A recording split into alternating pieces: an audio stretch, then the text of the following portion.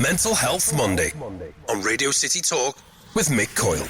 Radio City Talk. This is Mental Health Monday. My name's Mick. I do hope you're well. Thanks for tuning in once again for our regular weekly mental health discussion. Got some exclusive news on the way in a few moments' time, and I think this is going to be a really interesting conversation. We're going to have courtesy of the University of Liverpool, who got in contact with the station with a new project that's being worked on associated with professional football. We've got a couple of guests in the studio. We're going to meet them in just a few moments' time. Thanks to everybody who's been emailing the show this week. Got some news for you as well.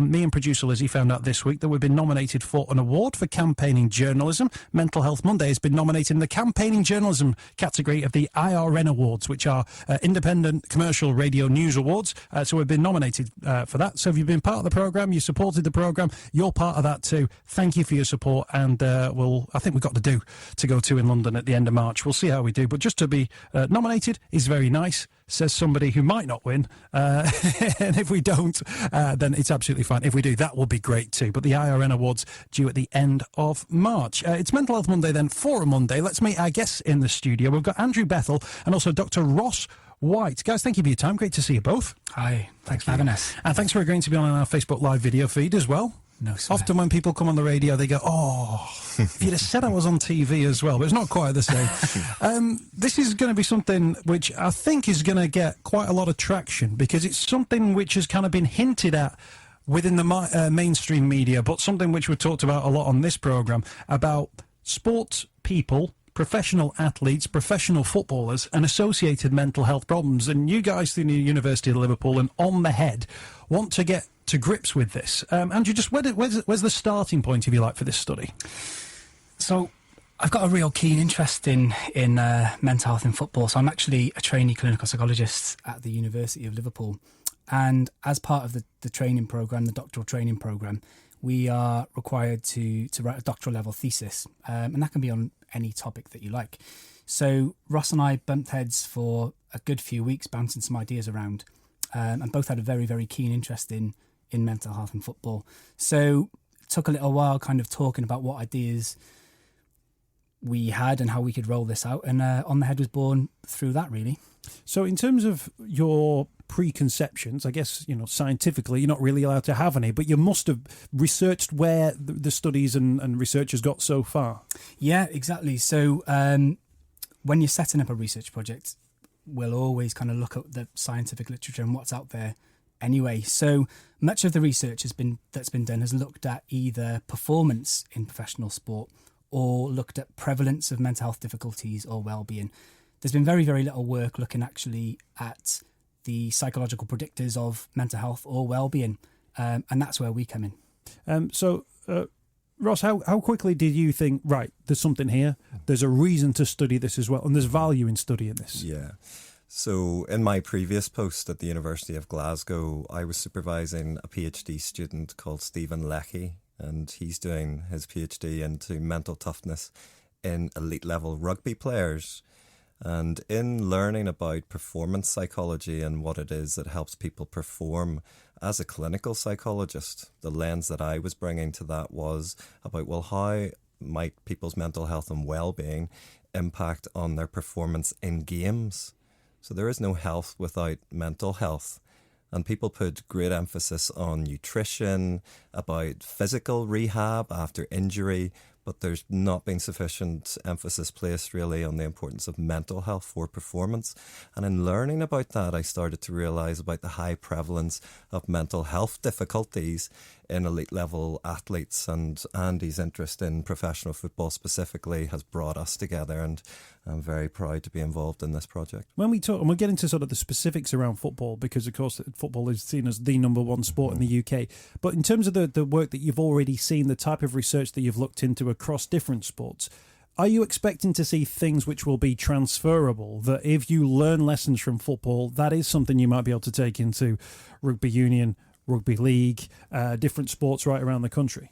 Absolutely. I think what we have noticed really are different pressures at different points in the athlete's journey in their career. So that phase in late adolescence, whenever they're maybe transitioning from an academy into a professional contract, can present difficulties because not everybody might necessarily get offered that contract. So that can be a cause for major upheaval, major stress, people being shunted off a trajectory that they had for their future. During their actual career, in that sort of phase, there's pressures around how they deal with disappointment, how they deal with injury setback, and people can get into what are generally avoidant ways of coping with those difficulties. So one way to avoid the distress is to engage in behaviours that momentarily alleviate that distress. So it could be about the use of substances potentially, it could be about gambling, so those momentary highs to offset some of the disappointments that people might be facing. And then in the final phase, you see this transitioning out of sport, where people have really attached their identity to the athletic identity that they've been developing through their life. And how is that whenever they might transition out of sport? So that's applicable for rugby, that's applicable for cricket, that's applicable for football. So I think absolutely there are understandings that can be shared across those different sports. See, this is where it gets more complicated, doesn't it? Because do you judge this as you are an individual who is a footballer, therefore your mental health is designed to help you be a footballer? Or do you look at it as in you are a human being, it's about the fact that everyone's got mental health, and if you've got positive mental health, then the chances are that's going to help you in your career, whatever it is. And if that means football, then that's great. You know, there's the performance enhancement side of things, and there's the just getting by kind of things, isn't there? Yeah, and I think that's perfectly right. I think that first and foremost, footballers are human beings and face the same life stresses and pressures as all of us, you know. What's different, I suppose, about the life of a footballer is that you're in the public eye. You know, you're performing your craft in front of thousands of people on a weekly basis, and the pressures that bring are very, very intense. But of course, these guys are humans first and foremost, and like I said, they will really have the same pressures and daily stresses that we all do. In terms of those everyday pressures and how they relate, the footballers, relate to our everyday lives. There was a study in 2015. It was a FIFPro study, right? I don't know if have you got to... you probably know them off the top of your head by now, but what did it find? So yeah, FIFPro are a really fantastic organisation doing really, really good work, and they've done some great research looking at mental health in professional football. So the study you're referring to in 2015 found that 38% of current players and 35% of ex-professional players reported symptoms of common mental disorders. So they're symptoms of things like depression, anxiety, sleeping problems, gambling, maybe adverse substance use. And they also found as well that a history of injury during the game really increased somebody's risk of developing mental health difficulties. So some really, really interesting findings. So that will be higher than a national average for people who aren't professional footballers. Yes, yeah. So straight away you've got factors in play there which tell you that there's a special case, if you like, for footballers, a special reason to look into it. Absolutely. So the Mental Health Foundation in the UK do some great work in promoting awareness around mental health and wellbeing. So statistics that they have quoted from the Psychiatric Morbidity Survey from 2014 indicate that 1 in 6 people in the UK will be suffering from a common mental disorder at the current time.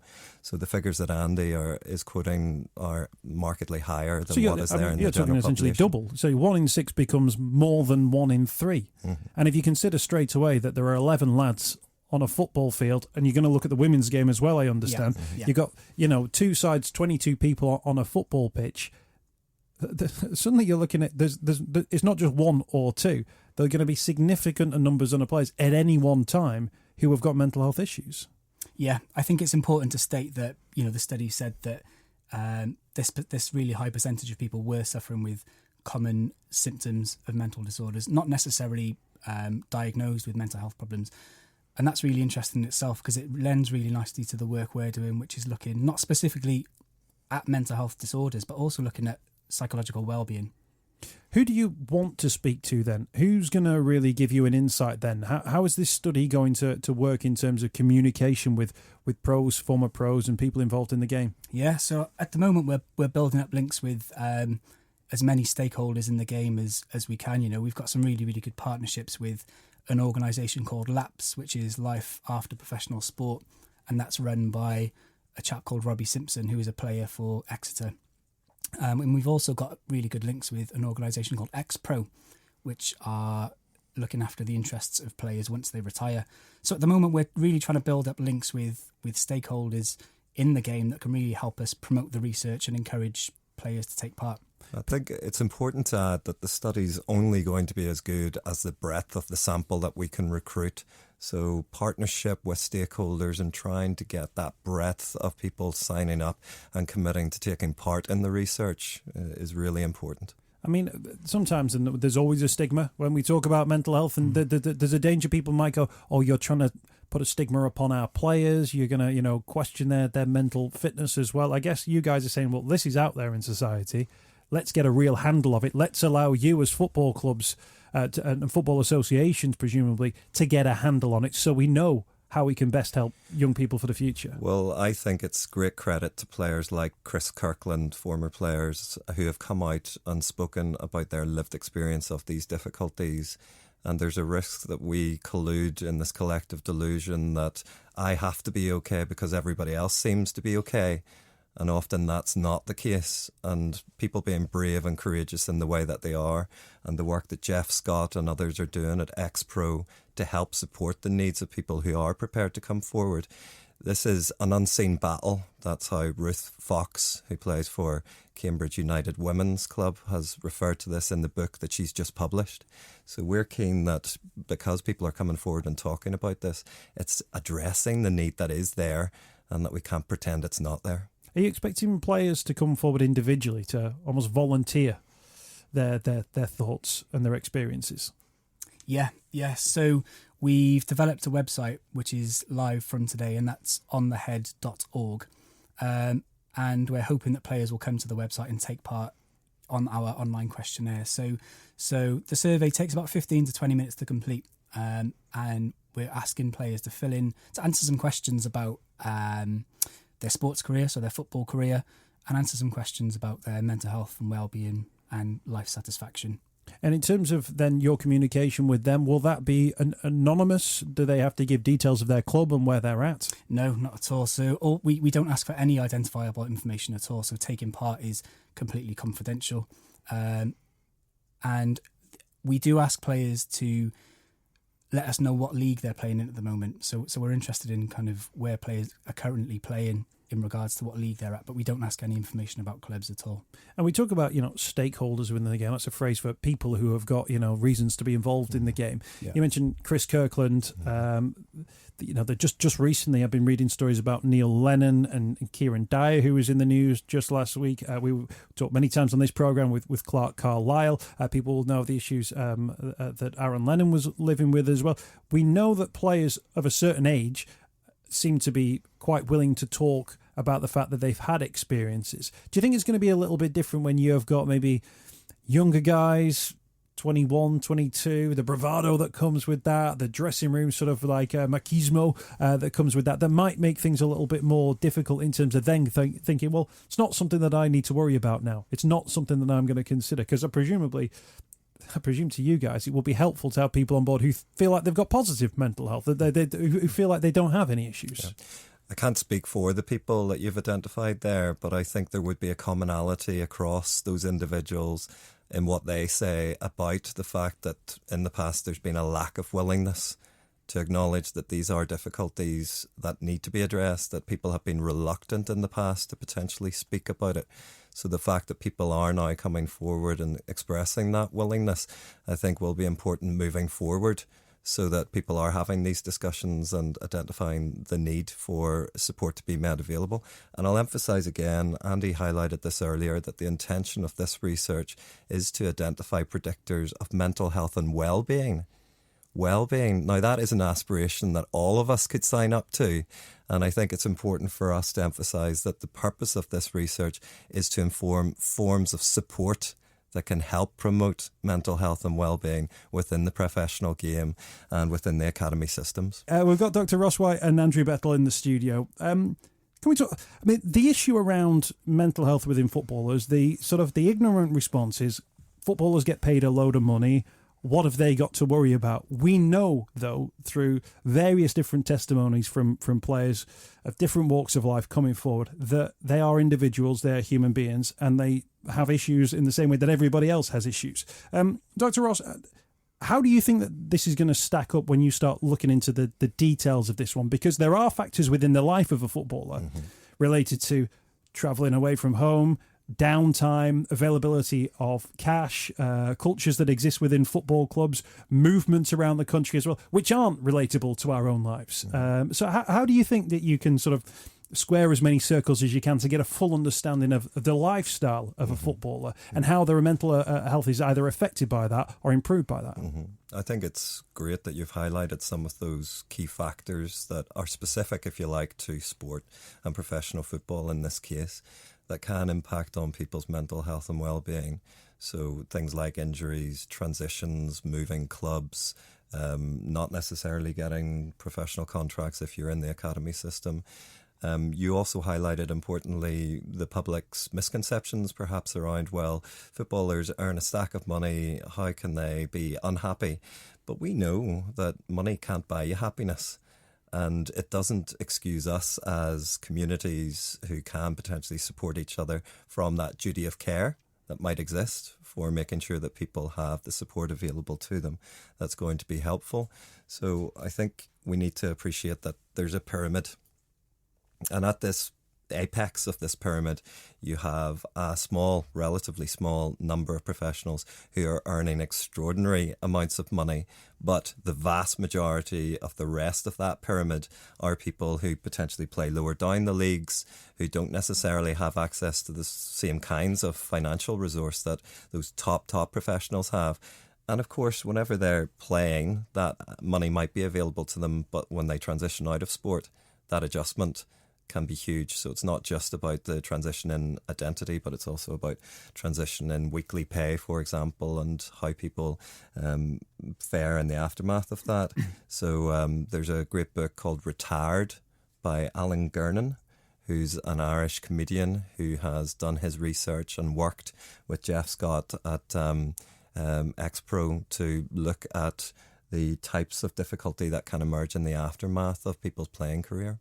I guess as football fans, we sometimes do that thing at the end of the season where they go, look down the leagues, here are all the players who've been released or are available on a free contract, and we try and work out a decent 11 from, we go, those players. And actually what we don't consider it, those are people who previously had employment, contract and income, to those people who no longer had employment, contracts and income, who suddenly fall off a cliff, potentially financially, as to where they're going to go next. And it's, as fans, we don't view the game with players' mental health in mind at all, do we, really? No, and that's the thing. It is really difficult because, like you say, when people are released at the end of a season, they are unemployed, and there was a study actually that came out that got a lot of press on the BBC recently that was run by the Professional Players Association.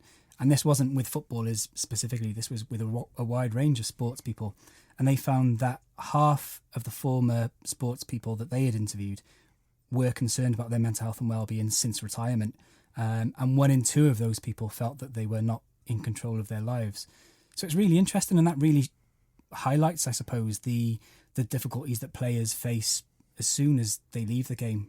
Where do they go? As Ross said earlier, people have developed this athletic identity that they've held on very strongly to for their sporting career, and then all of a sudden, when they can't play sport, people report feeling quite lost, frustrated, distressed, and I think that's the point really where organisations such as X-Pro, LAPS are really key. Can we talk about the women's game, which has kind of really emerged in the last sort of 5 to 6 years, but has had a steady period of growth in the last 10 or 15 years. In terms of how the women's game is viewed, are you expecting to see different results to the men? Because although women are, obviously, they still have the same sort of issues, their pay will be significantly less. The travel and the distances might still be exactly the same, though. But also clubs are looking and starting many of their infrastructures from the women's game and with a much more sort of modern common sense to it, rather than just this is the way we've always done things within the men's game. Are you expecting to see a difference between men and women? I know you're not allowed to say you're expecting to see differences because it spoils your results, but what would you expect to see? Yeah, I think that's precisely the reason why we're spreading that net wide, and it's clear that so many young women and women are passionate about developing their sporting career, particularly in football these days. And it's great to have Susan Wood as a collaborator on this project, and Susan is a clinical psychologist who has done a qualitative research study looking into the mental health and well-being of professional footballers. So we're keen to build on the work that she did with this qualitative study, which is basically asking people to provide a narrative to how their experience is in professional football. So it identifies themes from what they say that we can then build on in terms of the choice of measures that we have used in the current study to develop an understanding around people's levels of mental health and well-being, but importantly what the predictors are of that. So yeah, very excited to see what that shows up in the women's game. And again, I'll refer back to Ruth Fox at Cambridge United Women's Club and the book that she's written. She has aspirations to play in the Women's Soccer League over in the United States. So clearly it's a bit more established there in terms of the professional setup and the frameworks available and potentially the financial rewards. So yeah, we're very interested to see whether there's potential differences across the groups. Andrew, in terms of the results, you obviously don't know what the results are going to be, but what are you hoping that the results will show? What will be the value in finding the results of this study? I think firstly, what we're really hoping is we can get as many players to take part as possible. As Ross said earlier, people with lived experience of mental health difficulties and people without, just so we can get a really good representative sample. I think it's going to be interesting for us to compare our results to studies that have been undertaken already. So, for example, that FIF Pro study in 2015 that we spoke about earlier. It'd be interesting to compare our prevalence rates with their prevalence rates. But also, I think what's important in our research and what's taking it to the next step is we're actually looking to identify psychological predictors of mental health difficulties and of psychological well-being. So hopefully the measures that we're using will help us then to develop and inform better support and interventions for players right across their playing career, from academy players to when people are actually in their playing career, then to when people transition out and retire. Is this the value then that clubs will see in this one? Because if you speak to any professional, sporting establishment, it comes down to money. There is value contained within that, in that if those red flags emerge or can be spotted, that is something which clubs can then enact on, which then protects an asset, which unfortunately is how a lot of football clubs view their players. They're an asset who they need to have firing 100% in both physical and mental health to get best value from. Are those red flag indicators then the value for those clubs, the reason for them to get involved? Mick, that's a great point. I think in terms of the way services and forms of support have been set up to date is that unfortunately it's been reactive. Bad things have had to happen before necessarily people have had the support made available to them. And as I said, no health without mental health. Having this focus within clubs, within professional football association, within the players associations, if you have the opportunity to enhance mental health and well-being throughout that journey, the argument is that you're going to get a lot more satisfied and happy professional athletes who can produce for their clubs, and that investment can actually ensure that things go well, not just for individuals, not just for teams, but for the clubs themselves more broadly. So I think it's a really important point, this idea about being proactive rather than reactive. Are you aware of any club or sporting institution around the world that when it carries out a medical, we all know about medicals and metatarsals and everything like that now, is there any institution that you're aware of that carries out a sort of a mental health assessment of a footballer? Because actually when you think about it, of course it's important physically what you like as well, but it's not something that we particularly are aware of from a mental health point of view. Mm-hmm. I think in terms of mental health assessment within those medicals, to my understanding, that's not there. That's not something that is a major part of those checks. Now, I could stand corrected on that, but it is important potentially for professionals like clinical psychologists, like counselling psychologists potentially, to have a role So not just sports psychologists or performance psychologists, but clinical psychologists who can perhaps advise clubs on ways to support mental health and well-being of their players. People want to find out more information. The website, onthehead.org. That's onthehead.org. You can check that out today, Monday, or Tuesday, whatever day is convenient to you. Whenever you listen to this on the podcast, how quickly do you want to get the information turned round? How long are you looking at the study to run for? So I envisage the study to be running for about 18 months in its initial stage. So hopefully within 18 months we should have some results that we'll be able to release. But we're hoping that our work will continue beyond that for sure. Well, what we'll do as well, we'll make sure when we get out the podcast, we'll make sure that we tag in as many people that have joined us on the programme as well. We've also got contacts within the PFA as well, who would be sort of a great organisation to get on board as well. So I'll tag those in and try and get them and make sure that they're aware of onthehead.org. Gents, thank you for your time. Really appreciate it. Hello again to the clinical psychology year 2 lot at the University of Liverpool as well, watching on our Facebook live feed. I'll mention the website one more time, onthehead.org, and our special guests in the studio today, Andrew Bethell and Dr. Ross White. Mental Health Monday with Mick Coyle. Radio City Talk.